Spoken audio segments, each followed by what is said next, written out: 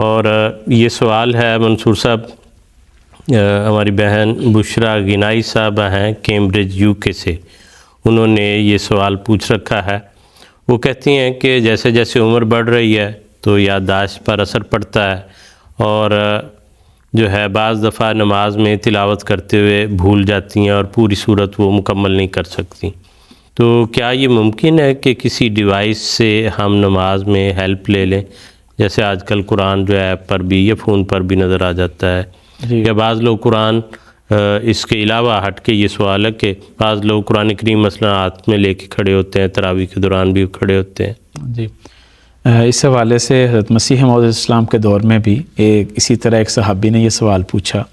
کہ حضور لمبی لمبی صورتیں نماز میں پڑھنے کا دل کرتا ہے لیکن زبانی یاد نہیں ہوتی، تو کیا کریں؟ ان کو ہاتھ میں پکڑ کے کر لیا کریں، پڑھ لیا کریں، تاکہ ایک تلاوت بھی ہو جائے اور نماز کے ساتھ بھی ہمارا جو دل چاہ رہا ہے وہ بھی پورا، ہم اس دل کے جو خواہش ہے اس کو بھی پوری کر لیں۔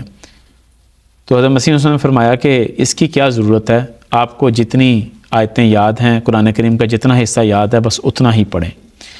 تو قرآن کریم کی بنیادی ہدایت یہی ہے کہ فقرؤ ما تیسر من القرآن ہے، کہ جو قرآن کریم میں سے جتنا حصہ میسر ہے، جتنا آسانی کے ساتھ آپ پڑھ سکتے ہیں اس کو پڑھیں۔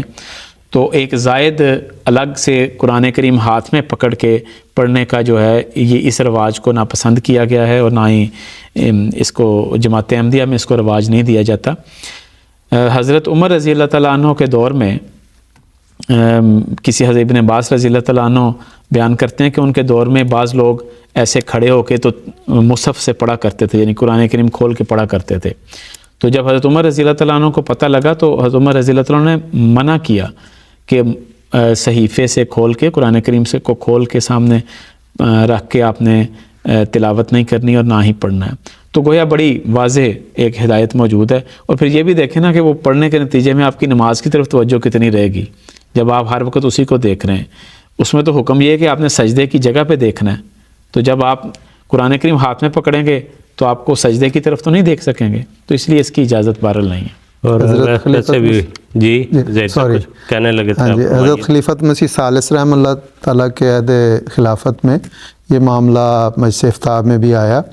تو اس میں حضرت صاحب نے جو رپورٹ پیش ہوئی اس فیصلہ نے فرمایا کہ نہیں، اس کی اجازت نہیں دی جائے، اور اس کے ساتھ دلیل بڑی خوبصورت، حضرت نے فرمایا اس سے پھر حفظ کا جو ہے عادت وہ کم ہوگی۔ تو وہ یہاں پہ بھی یہ بات ہے کہ جتنا آپ کو یاد ہے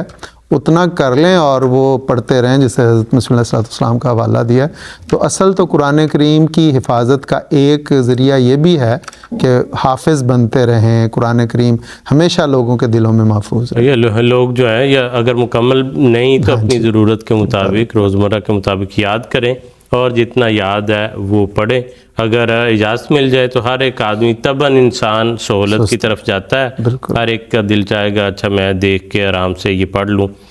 یا زیادہ لوگوں کا ہو سکتا ہے، ہر ایک تو میں نہیں کہتا۔ بچپن میں ہم پہاڑے یاد کیا کرتے تھے